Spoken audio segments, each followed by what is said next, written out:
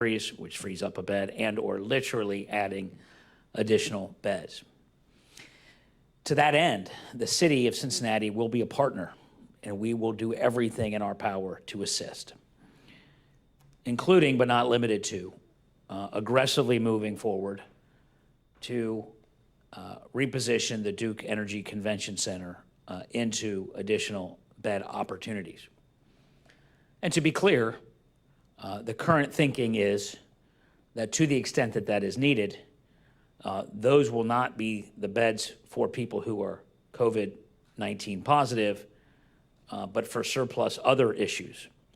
So because obviously hospitals are in the best position to deal with people with coronavirus who have severe respiratory and ventilator issues. But nonetheless, there will be other people sick, obviously, and they will need beds as well. And so and I want to thank the manager and others and our fire department and Assistant Chief Sherman Smith for their quick work and over the next weeks to get that ready. The city has also been working diligently with service and shelter providers for people experiencing homelessness. We've talked about this in the past. We have helped find shelters and additional space to comply with CDC recommendations for distancing, including moving some high-risk individuals to motels. I want to thank the United Way and the Greater Cincinnati Foundation for their financial resources with this effort. Last week, we had a press conference at the Over the Rhine Rec Center where we transitioned it to a facility that can take homeless individuals who have symptoms of coronavirus. That shelter is being used today. Another program that has helped us, that can help us ensure that social distancing during this crisis are programs like rapid rehousing. Strategies to End Homelessness is actively recruiting landlords to safeguard our neighbors experiencing homelessness during this time. These tenants have rental subsidies, meaning that landlords could be receiving guaranteed regular payments for rental property while families and households in need will receive the care and guidance of a case manager while in the process of returning to housing stability. This is a proven program and benefits both the landlord and the individuals. It is a win-win. I ask that landlords listening in Cincinnati consider participating in these programs. We will have the information posted on the city's COVID-19 website, cincinnati.oh.gov/COVID-19, COVID all lowercase 19.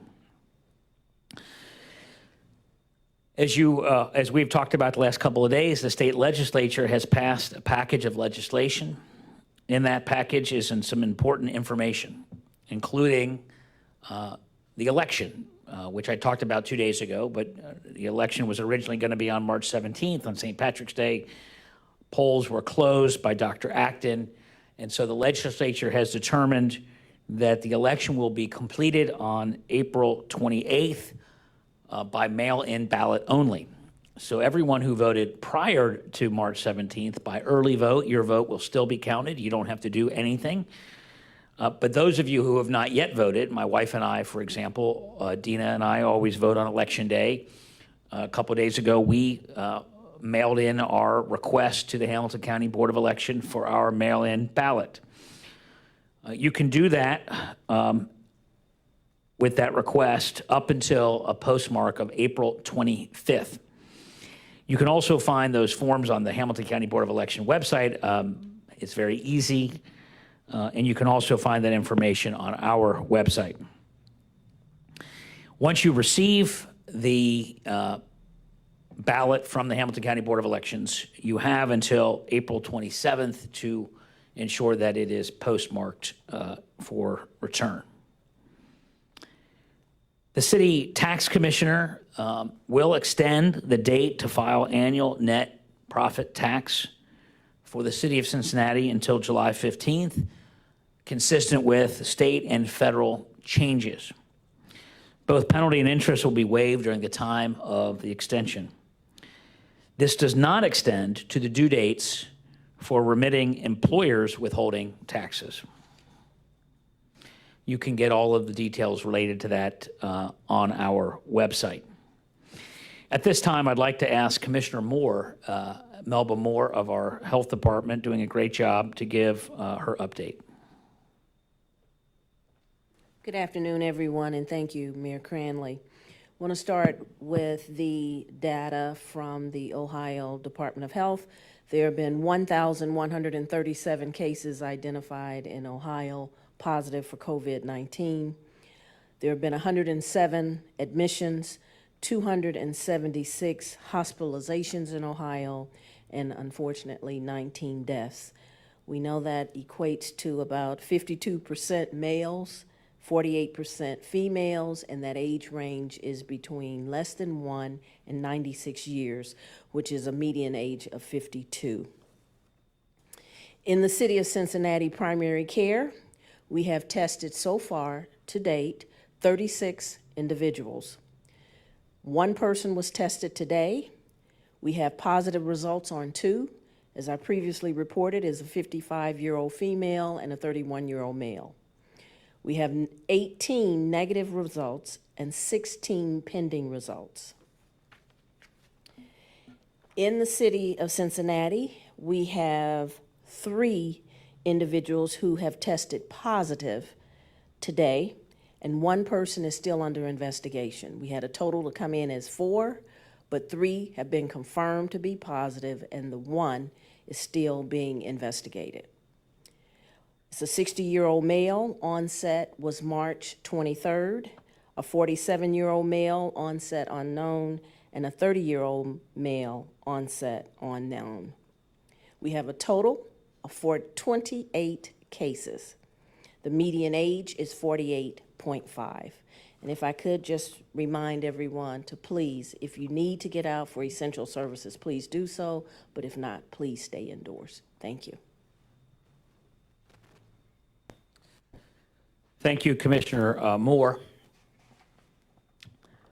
1 week after its launch, the COVID-19 Response Fund distributed $1 million directly to 24 organizations serving our region's most vulnerable individuals and families affected by COVID-19, specifically in the immediate need of food, shelter, childcare, and senior services.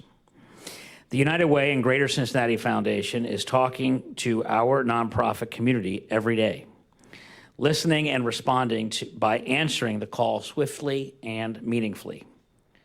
This support is providing homes, distributing meals, building pandemic, childcare for healthcare workers, and addressing safety demands due to the spikes in domestic violence. These fast, flexible, and smart investments are saving people's lives. This impact is because of you. To date, the Greater Cincinnati Foundation and United Way have raised $4.1 million for the fund. We know that the need will be far greater. To inspire our community to step forward to help our neighbors, an anonymous donor is generally providing a $250,000 one-to-one match for credit card and check donations. No gift is too small. Feel free to give $1. We have a long way to get to $250,000, so please do what you can. To donate, text RAPID, R-A-P-I-D, all caps, to 91999, or visit www.gcfdn.org, gcfdn.org/COVID-19, COVID, all caps, for more ways to give. Again, I know many of you listening to this are in no position to make a financial donation as you manage this crisis. We understand that. But for those of you who can, please do what you can. As a reminder, if you are experiencing symptoms, please do not go straight to the hospital. Call your primary care physician or call us at 357-7462 so that we can assess and make sure that you get the help that you need.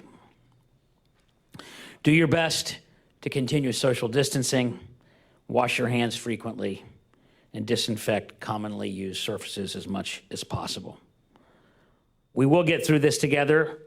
As I mentioned, we do not intend to have a press conference again until Monday. But at this time, I will take some questions. I believe on the phone we have Sherry Coolidge from the Cincinnati Enquirer. Good afternoon, Mayor. Good afternoon. I have a couple questions today. I'll start with one, though. Can you talk a little bit about social distancing in the 911 center and the purchasing of masks and gowns? I'm going to have the city manager, Patrick Dehaney, answer both of those questions. Sherry, I think you know over the past several months, the city council and the mayor have made improving and enhancing the 911 center a major priority. And part of that was also like a new furniture upgrade plan for the 911 center. I'm happy to say today that the current layout for the 911 center allows for social distancing. Also, we're going to finish the rehab work in the spinny backup facility, and we're also going to start, just to enhance our social distancing even further, start to bring that online permanently as well next week, so that we're always making sure we have a good complement of staff away from each other to make sure we have a bunch of redundancies as it relates to social distancing at the 911 center. Thank you. Our next question is from WCPO Channel 9, Pat LaFleur. Yeah, thank you, Mayor. My question is about the projected $60 to $80 million deficit in the general fund that might require some cuts to services and employees. I'm wondering if you or the manager could comment on that and comment on what sorts of discussions have been had in order to address that issue. Thank you. Well, first and foremost, let me state that all of this is sad and tragic, and we are moving quickly to ensure that we will be able, throughout this crisis, to provide police, fire, sanitation, public health services, in addition to, of course, clean water and sewer services, essentials that our entire society depends upon. We also realize that, unlike Washington, D.C., and the Capitol, we cannot print money. And so we have to take temporary emergency actions to preserve our ability to provide those basic services. We will have more to announce on Monday. Chris Bigham and the manager have been working nonstop on this, but it's also the case that whatever cuts and layoffs that we have to announce on Monday, that we intend for those to be temporary. And if you and others look at what Dayton and Akron have done over the last week, it is similar in that they have asked people to do a temporary leave with the intention of bringing them back when the crisis is nearing its end. Channel 5. So my question, you hit on it a little bit when you started talking regarding just the state parks. I know you're advising people you've got to practice that social distancing. You're addressing specific parks right now that are problem areas. But are you taking any steps to just close them down completely? Is that a thought that's on your mind, that it might eventually have to go there? The question was about our parks and ensuring a social distance, and to what extent are we going to keep them open in general. In general, right now, we are keeping them open, and we hope that people will get outdoor exercise, but to do so with the appropriate social distancing. Certain sports are going to be disallowed, obviously, because that can't be done reasonably, and maintaining social distance. Hikes and walks are allowed. However, we do expect people to keep a 6-foot distance between each other, with the obvious exemption of couples and families that independents that are with their parents. As I mentioned earlier, we did have a large congregation yesterday or last 2 days at Eden Park that we politely dispersed. But I say dispersed, I don't mean that everyone had to leave. I'm saying that we had to make sure that people kept the reasonable distance. Similarly, we have complaints like that today at Alt Park that we are addressing. But again, obviously, hopefully the weather will stay nice. People are obviously cooped up in the home a lot. And so we do want people to take advantage of our beautiful parks in a safe way in order to get that exercise, which is not only good for you physically, but I think also is going to be good for our mental health over the next several weeks. Just to follow up on that, do you think there was some disconnect with people that just because you're outside, they might think that, you know, like you said, if you're in your home, now they're outside, it's a safer, you know, area to be closer to people. You know, do you think initially maybe they didn't really understand that those rules still apply even when you're out on a leisurely walk and things like that? The question was about whether the idea of encouraging people to be out and walking and taking hikes is confusing in light of the other stay at home and stay away from other people orders. I think it's inevitable there'll be some confusion on that front. However, what I've noticed is a lot of people, especially when the weather's been nice, out and about, walking, hiking, and I have noticed an intentional effort to keep distance. You know, we have to use common sense. Obviously, if you're passing somebody on a sidewalk, you're going to be less than 6 feet apart from them, but to minimize those moments as much as possible. WVXU, Jay Hanselman, do you have a question? I was wondering if the manager could, or you could better explain the temporary emergency leave for non-critical employees, what that means and how soon that could take effect. Is that something that's immediate, weeks down the road, months down the road? For now, I would just say that we will have more to announce on that on Monday. Okay, and then where does the $150 million of borrowing that council authorized last Friday play into those decisions? At this time, we do not intend to use any of those funds to deal with this, with these budget matters.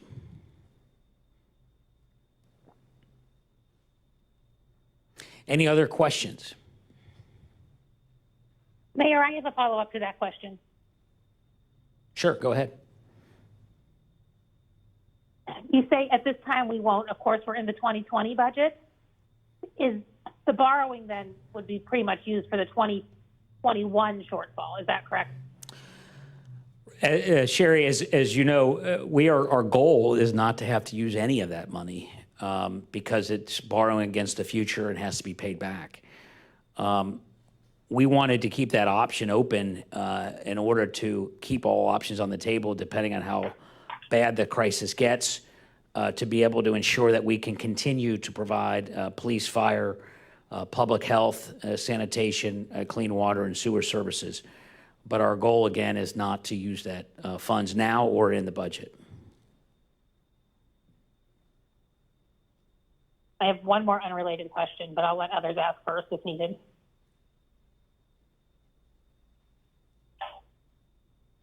Sherry? So my other question is that Lieutenant Governor today talked about some cities that were shutting down businesses. Is this being looked at in the city and there's just not finding any, or is there not really a lot of enforcement going on? As you recall, about 10 days ago, we made a big deal about shutting down Queen City Lounge on Queen City Avenue in South Fairmount, who was clearly not complying with the order to shut down bars and restaurants.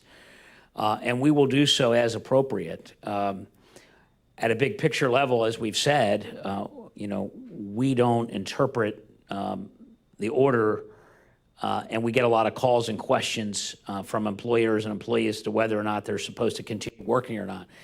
Our focus is on whether we see obvious violations of congregation of people. And obviously, we will enforce if we see a restaurant or bar is open or things like that that obviously have been forbidden by state law. And that is how we will continue to approach the matter. To the best that everybody can, please enjoy your weekend. hold your loved ones close and reach out to others by social media to remind them how much you care. Take care of yourself and your family. Thank you.